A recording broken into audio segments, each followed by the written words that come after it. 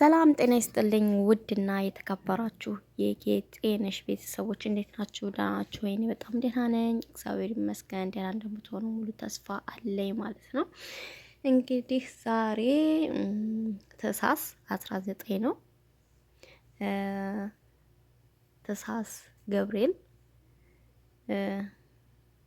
ቅዱስ ገብርኤል ነው ማለት ነውና እንኳን አደረሳችሁ፣ እንኳን አብሮ አደረሰን። የዓመት ሰው ይበለን። የሰላም የፍቅር የአንድነት የመተሳሰብ ያድርግልን።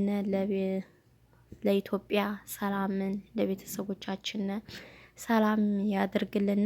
የዓመት ሰው ይበለን ማለት ነው። እንግዲህ እኔ በነገራችን ላይ ታህሳስ ገብርኤል ሁልጊዜ ስለማከብር ከአያቶቼ ጋር ነበር ማከብረው በየዓመት ማለት የዛሬና ያድርገውና ብቻ አሁን በየስደት ዓለም ላይ ብንኖር ያው ለንስሐ ያብቃን።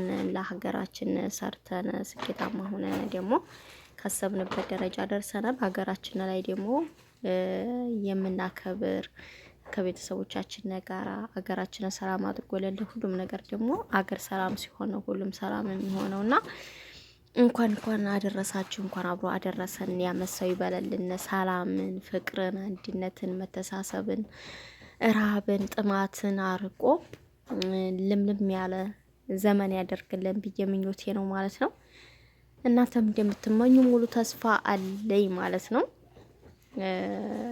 ቅዱስ ገብርኤል በልባችንም ብዙ ነገር አለን፣ ደካማ ጎን አለብን። ሁላችንም ብዙ ያሰብነው ነገር ያልተሳካልን አለ። ያልተሳካላችሁ ሰዎች ቅዱስ ገብርኤል ያሳካላችሁ፣ ያሳካልኝ ማለት ነው። ለሁላችንም ያው የውስጣችንን ፈጣሪ ያውቃል። ቅዱስ ገብርኤል ደግሞ የውስጣችንን ያውቃል።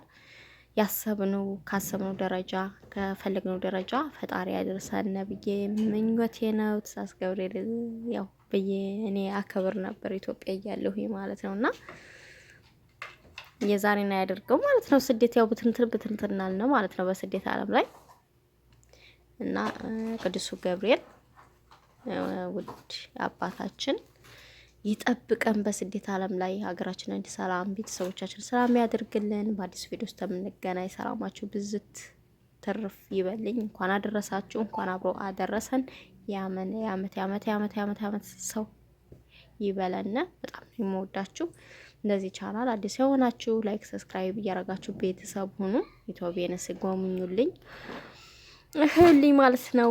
እንዲ የተሻለ ስራ ደግሞ እንሰራበታለሁ ብዬ ተስፋ አረጋለሁ ማለት ነው። በጣም ነው የምወዳችሁ፣ በጣም የማከብራችሁ የቻናል ቤተሰቦቼ።